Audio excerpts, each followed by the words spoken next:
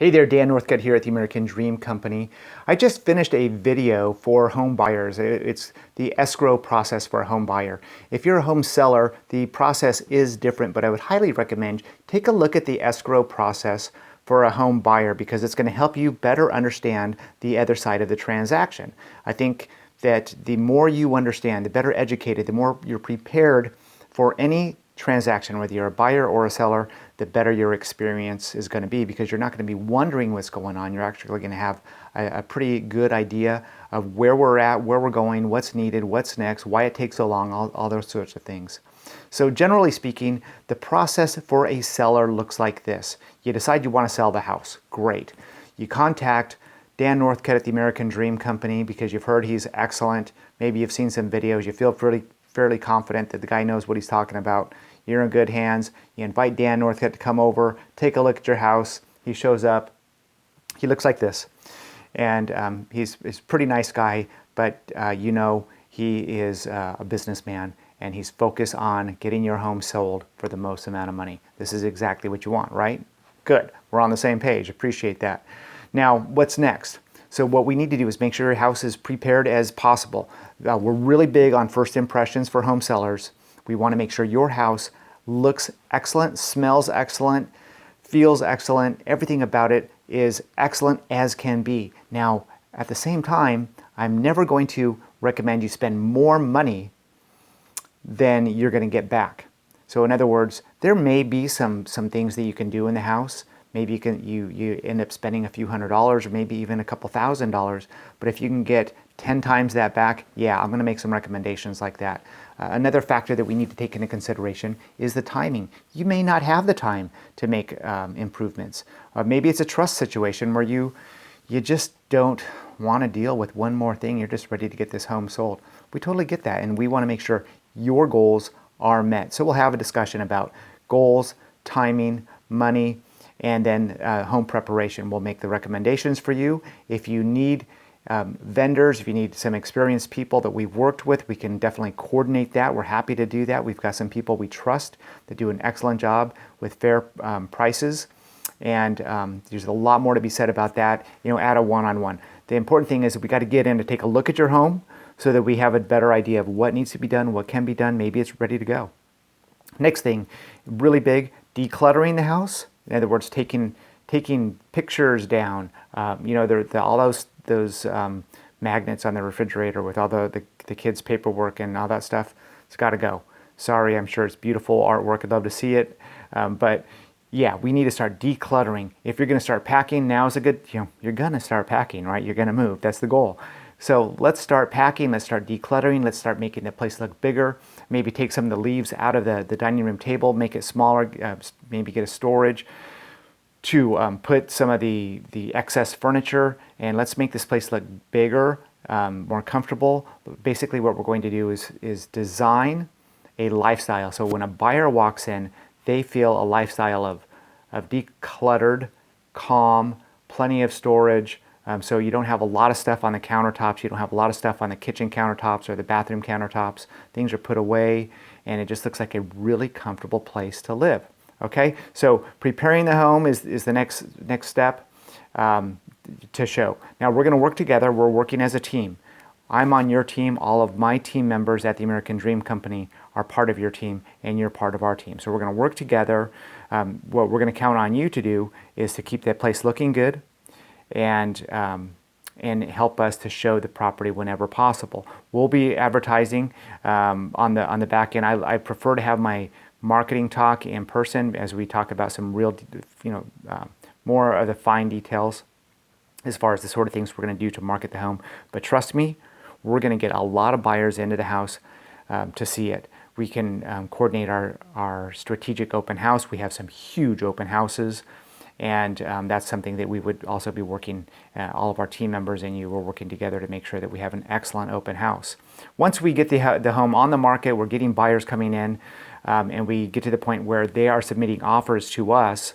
That's when we take a look at all of the offers that come in.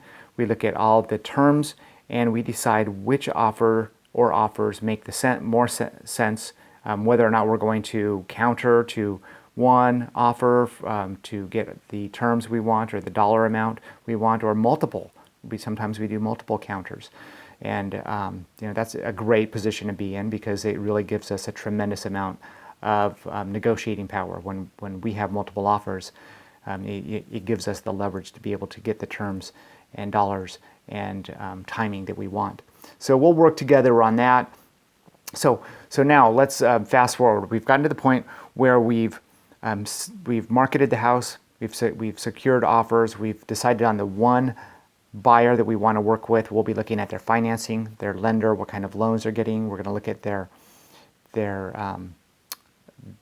bank accounts. We're going to make sure that they have plenty of money to put down to cover closing costs. We're going to look at their credit scores. We're going to talk to their lender. We do a tremendous amount of research to make sure that this buyer has the highest probability of closing. We don't want to start escrow with somebody who has questionable credit or may not get the loan they think they're going to get.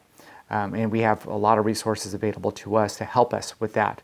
So trust me, we do a lot of vetting to make sure that we work with the best possible buyers and at the same time get the terms and dollar amount that you want.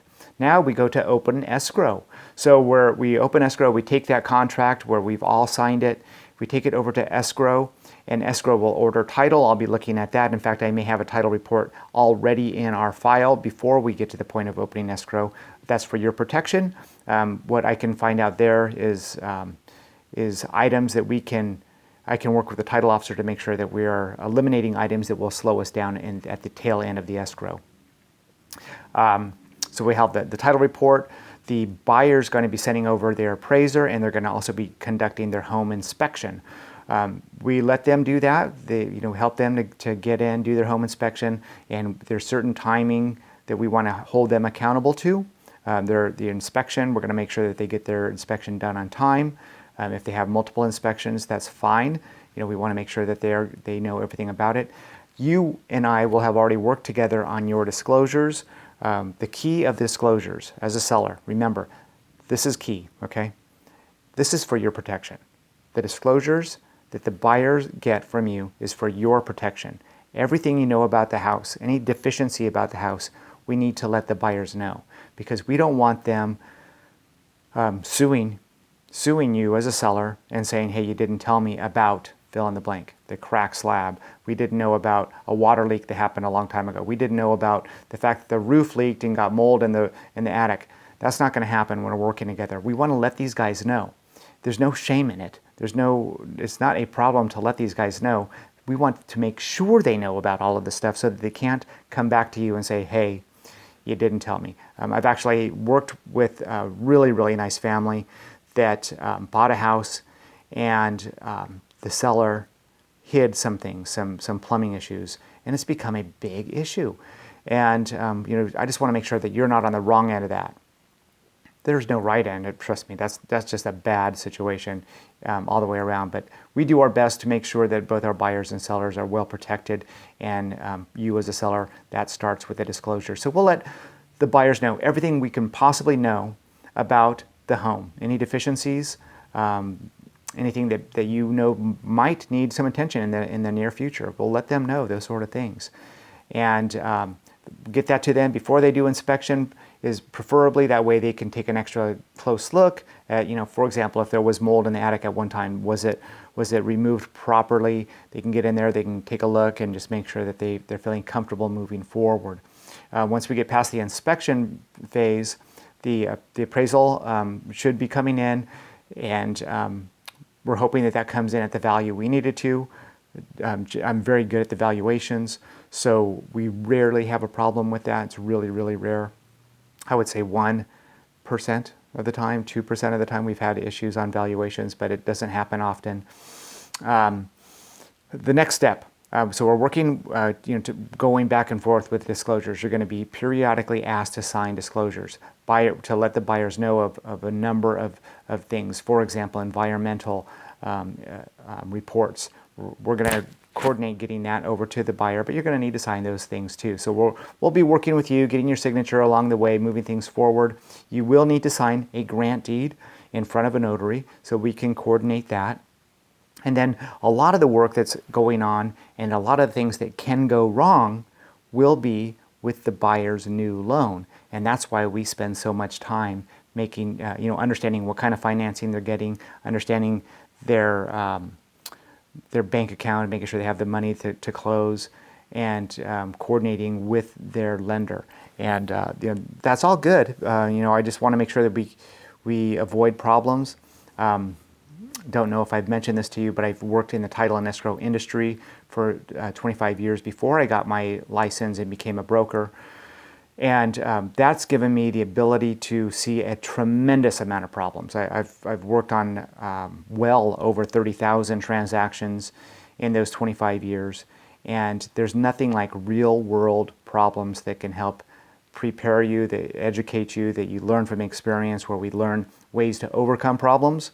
So I'm really good at identifying problems before they happen and trying to fix them before they get too big. So I'll be working on that daily, and keeping things moving forward very, very smoothly. We'll keep you informed. Communication is huge for us. Our number one goal is to develop raving fans with 100% of our clients. We feel the key for that is communication.